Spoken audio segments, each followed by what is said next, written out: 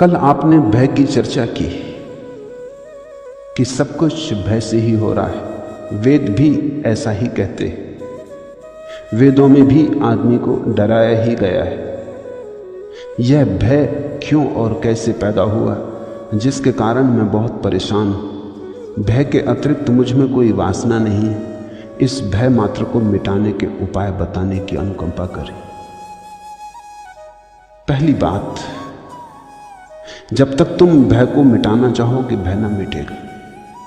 तुम्हारे मिटाने में ही भय छिपा है। तुम न केवल भयभीत हो, तुम भय से भी भयभीत हो, इसलिए तुम मिटाना चाहते हो। तुम मिटा ना सकोगे। तुम मिटोगे तो भय चला जाएगा। तुम भय को ना मिटा सकोगे। भय ही तुम्हारे अहंकार की छाया है। समझो कि भय क्या है। तुम जानते हो मौत होगी, इसे तुम झुटला नहीं सकते। रोज कोई मरता है, हर मरने वाले में तुम्हारी ही मरने की खबर आती। जब भी कोई अर्थी निकलती तुम्हारी ही अर्थी निकलती, और जब भी कोई चिता जलती तुम्हारी ही चिता जलती। कैसे भुलाओगे? तुम जानते हो कि तुम भी मरोगे। जन्म गए तो मरोगे तो ही। ये देह तो मरण सैया पर धरी है, ये तो चढ़ी है चिता पर, ये तो तुम रोज मरते जा रहे हो। भयभीत कैसे ना होगे? ये डर तो खाएगा, ये तो घबराएगा कि मौत करीब आ रही, पता नहीं कब आ जाए, कभी भी आ जाए, किसी भी क्षण आ सकती। इस जीवन में एक ही चीज निश्चित है, मृत्यु, और तो कुछ निश्चित नहीं। इस निश्चित मृत्यु से तुम घबराओगे कैसे ना? घबराओगे तो ही। ये बिल्कुल स्वाभाविक है। तुमने शरीर को समझ लिया, मैं तो मौत होने वाली, मौत होगी तो भय होगा। तुमने मन को समझ लिया, मैं, और मन तो शरीर से भी ज्यादा अस्थिर है। क्षण भर भी वही नहीं रहता, बदलते ही जाता है। पानी की धार है, अभी कुछ। सुबह प्रेम से भरा था, दोपहर घृणा से भर गया। अभी अभी श्रद्धा उमग रही थी, अभी अभी अश्रद्धा पैदा हो गई। अभी अभी बड़ी करुणा दर्शा रहे थे, अभी अभी क्रोध में आ गए। अभी जिसके लिए मरने को तैयार थे, अभी उसको मारने को तत्पर हो गए। ये मन तो भरोसे का नहीं है, ये तो बिल्कुल कपरा है, ये तो पानी की लहर है। इस पे तो खींचो कुछ खिंचता नहीं, मिट जाता है। इस मन के साथ तुमने अपने को एक समझा है। क्षण भंगुर मन के साथ तुमने अपने को एक समझा है। मृत्यु के मुख में चले जा रहे शरीर के साथ तुमने अपने को एक समझा। तुम भयभीत कैसे ना होगे? और तुम पूछते हो भय से छुटकारा कैसे हो? भय स्वाभाविक है। भय तुम्हारे भ्रांत तादात्म्य की छाया है। जिस दिन तुम जानोगे कि मैं शरीर नहीं, मैं मन नहीं, उसी दिन तुम जानोगे कि भय गया। लेकिन उस दिन तुम ये भी जानोगे कि मैं भी नहीं, न शरीर में हूं न मन में हूं। तब जो शेष रह जाता, वहां तो मैं खोजे भी मिलता नहीं, वहां तो मैं की कोई धारणा ही नहीं बनती। मैं तो पैदा ही तादात्म्य से होता है। किसी चीज से जुड़ जाओ तो मैं पैदा होता है।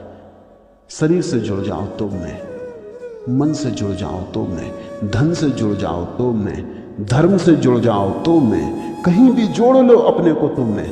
जब सब जोड़ छूट गए तो मैं बचता नहीं। तब भीतर रह जाता है शून्य स्वभाव। उस शून्य स्वभाव में कोई भय की रेखा भी पैदा नहीं होती। तो तुम पूछते हो कि भय से कैसे छुटकारा हो? नहीं, भय से छुटकारे की चेष्टा ना करो, भय को समझो कि भय क्यों है। छुटकारे के तो तुम उपाय कर ही रहे हो। तो कोई भगवान के चरणों को पकड़े पड़ा है कि प्रभु बचाओ, तुम्हारी शरण आया हूं, लेकिन भय के कारण ही पड़ा है। तुम भगवान को याद ही करते हो जब तुम भयभीत हो जाते हो। एक नाव डूबी डूबी हो रही थी, और मुल्ला नसरुद्दीन और उसका मित्र दोनों कप रहे हैं। नसरुद्दीन का मित्र घुटने टेक के बैठ गया, नमाज पढ़ने लगा। उसने कहा, हे अल्लाह, हे परमपिता, अगर तूने मुझे बचा लिया तो मैं अब कभी भी शराब न पीऊंगा। अगर तूने मुझे आज बचा लिया तो मैं कभी धूम्रपान ना करूंगा। वो बड़े त्याग करने लगा। आखिर में वो ये कहने ही जा रहा था कि अगर तूने मुझे बचा लिया तो मैं सन्यासी हो जाऊंगा, फकीर हो जाऊंगा। तभी मुल्ला बोला, ठहर ठहर, रुक, इतनी जल्दी मत कर, किनारा दिखाई पड़ रहा है। और वो आदमी उठ के खड़ा हो गया और भूल गया सब बकवास। जब किनारे दिखाई पड़ रहा है तो फिर कौन फिक्र करता है। मुल्ला एक बार चढ़ रहा था वृक्ष पे, खजूर लगे, लंबा वृक्ष, पैर खिसके, तो कहने लगा, हे प्रभु, अगर आज वृक्ष तक पहुंचा दो, खजूर तोड़ दूं,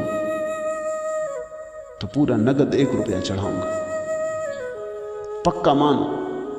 हालांकि अतीत में मैंने ऐसा कुछ भी नहीं किया कि तुम भरोसा करो, मगर इस बार करो। चढ़ गया। जब खजूर के बिल्कुल पास पहुंचने लगा फलों के, तो उसने सोचा, ये तो तुम भी मानोगे कि इतने से खजूर के लिए 1 रुपया ज्यादा है। जब खजूर पे हाथ ही रख दिया तो उसने कहा कि चढ़े तो हम और पैसा तुम्हें चढ़ाएं। इसी बीच पैर खिसका और धड़ाम से जमीन पे गिरा, खजूर भी छूट गए, नीचे गिरा, जल्दी कपड़े झाड़ के ऊपर देख के बोला, ये भी क्या बात हुई? अरे जरा मजाक भी नहीं समझे? अगर आज गिराया ना होता तो 1 नगद कलदार चढ़ाते। बस आदमी जब भय में होता है तब भगवान, जैसे ही भय के जरा बाहर हुआ कि भगवान इत्यादि सब भूल जाता है। तुम्हारा भगवान तुम्हारे भय का ही रूप है। और लोग मानते हैं कि आत्मा अमर है, ये भी तुम्हारे भय की ही धारणा है। मैं ये नहीं कह रहा कि आत्मा अमर नहीं, लेकिन तुम्हारा मानना कि आत्मा अमर है भय की धारणा है। डरे हो मौत से तो कहते आत्मा अमर है, कप रहे हो। आत्मा का कोई पता नहीं, अमरता की तो बात ही छोड़, मगर आत्मा अमर है। इन सिद्धांतों में अपने को छिपाने की कोशिश मत करो।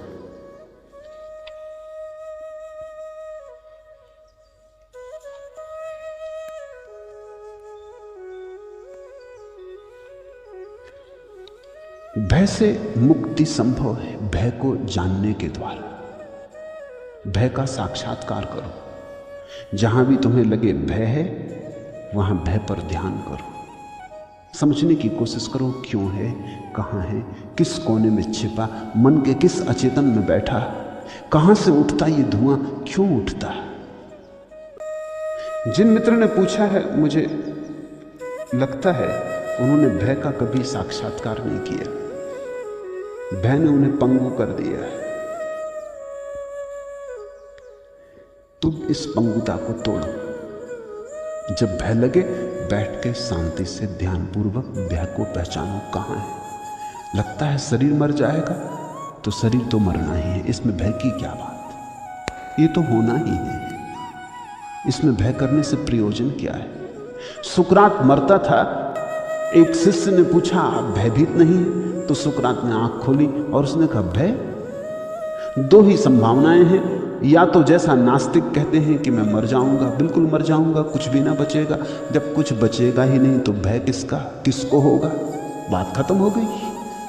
सुकरात ना रहा, खत्म हो गई बात। रह के भी क्या करना था, इतने दिन रहे तो भी क्या कर लिया।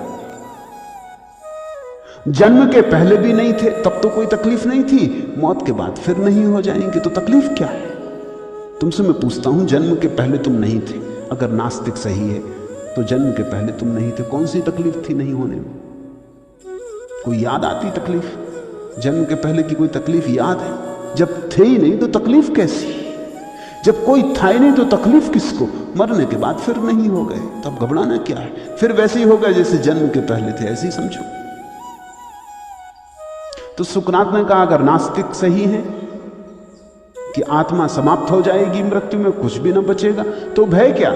जैसे जन्म के पहले नहीं थे वैसे फिर नहीं हो गए, बात खत्म हो गई, आई गई हो गई, एक लहर उठी खो गई। या हो सकता है आस्तिक सही हो। अगर आस्तिक सही है और आत्मा बचेगी तो फिर भय कैसा। शरीर ही गया, हम तो बचे ही रहे, हम तो शरीर थे ही नहीं। तो अगर शरीर का जाने का भय लगता है तो क्या डर है, शरीर तो जाएगा। एक फकीर के 2 बेटे थे, मर गए। एक दुर्घटना में। जब वो फकीर घर आया नमाज पढ़ के मस्जिद से, तो उसकी पत्नी ने कहा पहले तुम भोजन कर लो, फिर तुम्हें एक बात कहनी। उसने भोजन कर लिया, लेकिन वो बार बार पूछने लगा बेटे कहाँ हैं, क्योंकि उनको बेटे से बड़ा लगाव था, जुड़वा बेटे थे। और कहने लगा कि वो सदा मस्जिद पहुंच जाते थे, आज मस्जिद भी नहीं पहुंचे, बात क्या। पत्नी ने कहा पीछे बताऊंगी, आप पहले भोजन कर लें। उसने भोजन कर लिया, हाथ पैर धो के बैठ गया। तो उसने कहा दूसरे कमरे में आए, लेकिन पहले एक बात कहनी।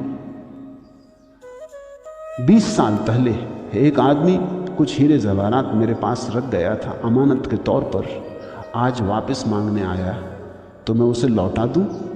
तो फकीर ने कहा ये भी कोई पूछने की बात है, जो उसकी है चीज उसे लौटा दो, इसमें मेरे पूछने के लिए रुकने की जरूरत ही ना थी, तुमने लौटाए क्यों ना? क्या कुछ मन में बेईमानी आ गई? उसने कहा बस फिर ठीक है, अंदर आए। उसने चादर उठा दी, दोनों लड़के मुर्दा पड़े थे। फकीर तो सन्नाटे में आ गया, लेकिन तब समझा बात। 20 साल पहले दोनों पैदा हुए थे, जिसने दिया था वो आज वापस ले गया। हंसने लगा। उसने पत्नी से कहा तूने ठीक किया, तूने ये बात मुझसे ठीक ही पूछी। और फिर देख मजे की बात, 20 साल पहले ये दोनों जब पैदा नहीं हुए थे तब भी सब ठीक था, अब ये दोनों चले गए तो गलत होने का क्या कारण? तब भी तो हम मजे में थे जब ये नहीं थे, जैसे तब थे वैसे अब होंगे। एक सपना था, देखा और टूट गया। तो अगर शरीर के कारण भय लगता है तो ये शरीर तो जाएगा, इसे बचाने का कोई उपाय नहीं। अगर मन के कारण भय लगता है तो मन तो तुम हो ही नहीं, थोड़े जागो, ध्यान करो, होश से भरो। जैसे जैसे जागने लगोगे, चैतन्य की ज्योति जलने लगेगी, शरीर मन से अलग होने लगोगे, वैसे वैसे भय विसर्जित हो जाए। लेकिन तुम भय के खिलाफ मत लड़ो। खिलाफ लड़ोगे तो तुम भीतर तो कपते ही रहोगे, हालत उल्टी बनी रहेगी। तुम भय से बचने के लिए उत्सुक हो तो कभी ना बच पाओगे। मैं तुमसे कहता हूं भय को जानो, देखो, है जीवन का हिस्सा है। आंख गड़ा के भय को देखो, साक्षात्कार करो। जैसे जैसे तुम्हारी आंख खुलने लगेगी और भय को तुम ठीक से देखने लगोगे, पहचानने लगोगे कहां से भय पैदा होता है, उतना भय विसर्जित होने लगेगा, दूर हटने लगेगा। और एक ऐसी घड़ी आती अभय की जब कोई भय नहीं रह जाता। मृत्यु तो रहेगी, शरीर मरेगा, मन बदलेगा, सब होता रहेगा, लेकिन तुम्हारे अंतस्थल में कुछ है शाश्वत सनातन छिपा, जिसकी कोई मृत्यु नहीं। उसका थोड़ा स्वाद लो, साक्षी में उसका स्वाद मिलेगा। उसके स्वाद पर ही भय विसर्जित होता है, और कोई उपाय नहीं।